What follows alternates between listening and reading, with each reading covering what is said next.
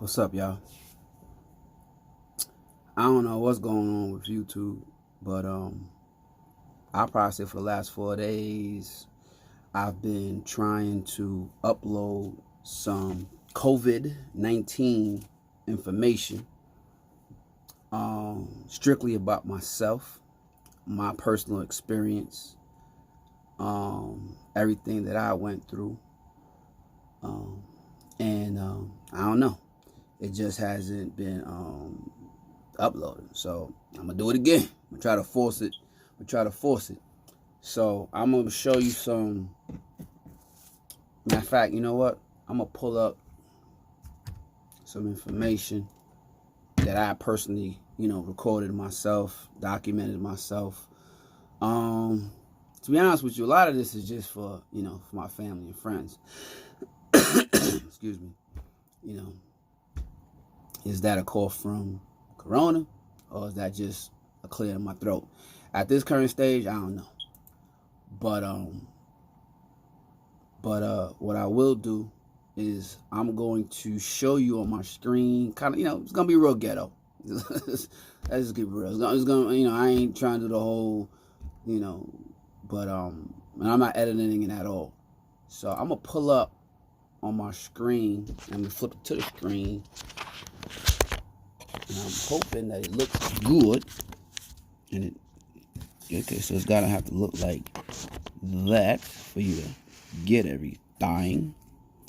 Something's in the way. I don't know what's in the way. Something's in the. But it's good enough. So I'm gonna pull up my calendar so you can get a gist of what I was talking about. There goes calendar. Boom. Week of the 29th. So there might be some information in here that you might see that you shouldn't see. But I'm going to go through this quick. So as you can see, I have it kind of laid out here. And we're going to do this for the month. So you can kind of see what's going on. And, you kind of see on my butt. On the 24th is when it all started. Symptoms, okay? Late at night, I come to bed. My wife says to me, I feel warm. But you can't start on the 24th, okay? Can you see? No, you can't see the 24th. So I'm going to put it up like this. I know if I do it like this, you can see everything. So on the 24th, okay, you can see that I have here 11 a.m., COVID-19 symptoms. But it doesn't start on the 4th. Everything really starts on April 1st, April Fool's Day. And then on the 3rd, that's when it really kicks off. Because I had my crash on the 31st. Okay? Which, again, is what you're looking for. It's what you want to happen. You want that to happen when you are home. You're in a safe place.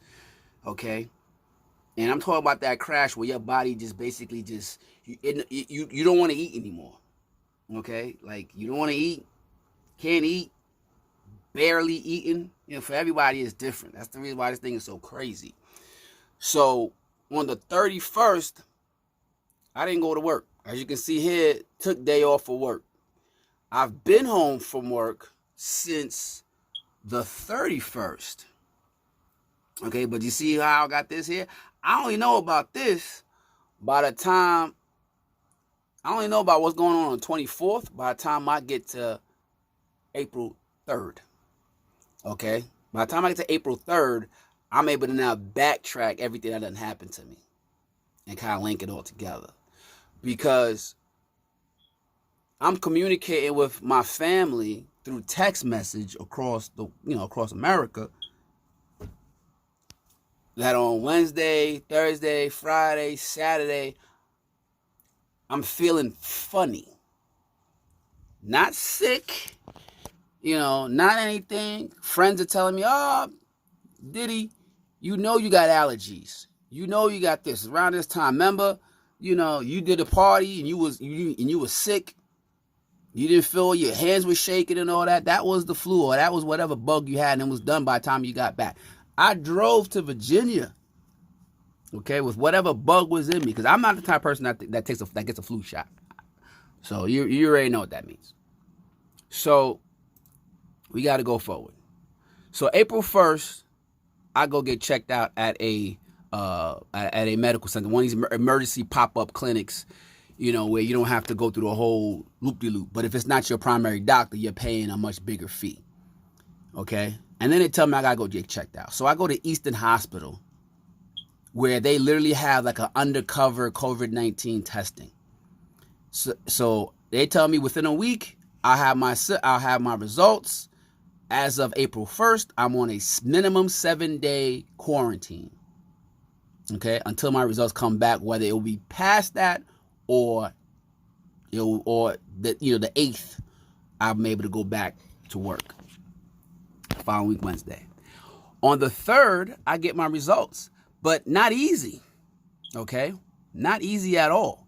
Because on April 1st, I went to an emergency care unit place. They told me to go to a packed, busy hospital. But instead, my wife, who's a social worker, a licensed clinical social worker, decides, no, we're going to go right around the corner to my old job. And let's get you tested there, because my mother just told me that they're doing COVID-19 testing. And as soon as we pulled up, they had a drive-through setup, which was nobody was there. And they had a real small sign around 9:50 that, oh yeah, we do COVID-19 testing. So we went. And they shoved up this long Q-tip, it felt like 3 Q-tips, 3 long Q-tips. They shoved it up my nose. But before that, the woman's telling me, please put your hands in your hoodie, in your pockets, because I don't want you grabbing me. I'm like, why would I grab you for? And she shoved it up my nose, and I said, oh, now I see why. My wife said she was holding me. I didn't feel her at all. Okay, but it didn't hurt. It was just an annoying feeling. So they say, hey, you done? After 30 seconds of keeping this up my nose, damn near to the back of my brain, that you'll get your results in 7 days. And I said, okay. And that's why, quarantine, 7 days. So by Friday, my wife is nagging me to, hey, find out about your results. Find out about your blood results. Go get detailed information about it. Not knowing when I went to the place on April 1st that I had a copy of my results already, which is a breakdown right here, which one of them says lose weight if overweight. Limit my daily intake of alcohol.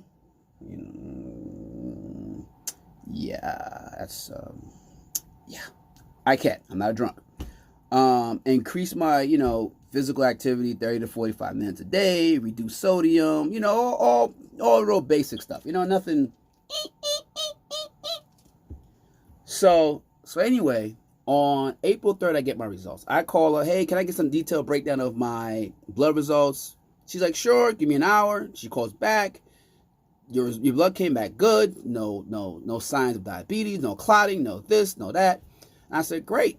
Is there anything else that I need to know? And she's like, no, everything that's basically about it. And I said, oh, I went for my testing over at Eastern Hospital. And she said, oh.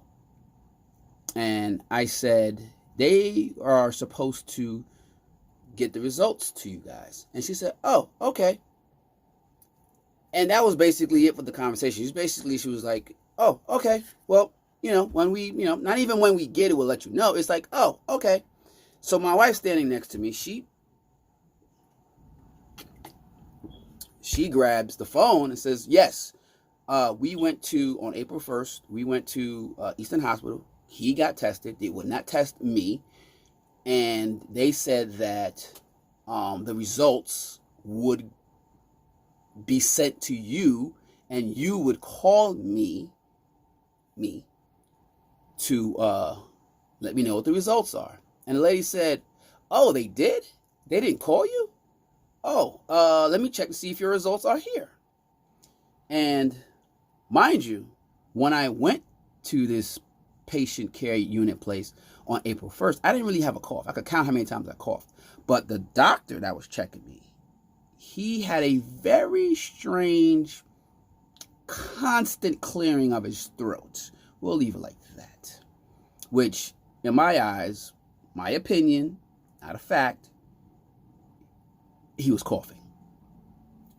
So anyway, when I went there, the doctor was quite aggressive because when I went to the hospital, when I went to the emergency care unit, I didn't have a temperature. I took Advil, Tylenol, whatever my wife gave me the day before, which only works for 4 hours. And now, 6-7 hours of sleep, which, I was pretty restless. I went in, they checked me, checked my blood, did everything. My temperature was 98.6, which was, in good range. But then they left, and then as they left, I said to them, hey, by the way, on Tuesday, including not only losing my appetite and feeling fatigue off and on during the day, that my temperature was 101.8. It's like they all stopped in their tracks once I said that. Now, things are getting serious. So, the doc comes back. He's like, and this is April 1st we're talking about here. The doctor comes back and he's like, have you been to New York? Have you been to New Jersey? And I'm like, I'm a truck driver. I drive through the state. That's not what I asked you. I'm like, whoa, dude, chill out. I'm like, I'm a truck driver. I'm not running around dilly-dallying, having some fake little side hustle parties. Like, if I'm going to New York, I'm making my deliveries and I'm gone. Some places I can only slip the damn paper through the damn window. But I'm making my deliveries and I'm out. I'm not hanging around. I'm not licking damn poles. What the hell? Don't talk to me like that. But that's what you get when you have a generic doctor, my wife says. They don't know you. You're just another whatever coming through there. So it is what it is. So anyway, he comes back with my results. I do not have the flu A or B. I didn't get checked for the rhinovirus, which is highly similar to COVID. You pretty much have all the same symptoms, but it is what it is. And they said, hey, we can't service you here. I'm sorry. You are going to have to get more thorough checking for COVID. And I'm like, dang. So I'm trying to see. Oh yeah, there you go. I got another pair of shades here, so that I don't have to keep looking at camera. I could actually look at it, and you won't see my eyes and looking all crazy. Woo! Stunner shades on.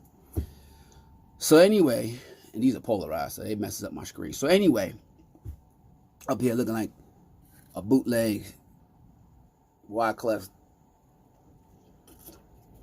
Stevie Wonder. So anyway, I go get shove it up my nose. Gotta keep my hands away because you don't want to get grabbed up by me. And the next thing that happens is I go home and wait for my results. Part 2 coming up.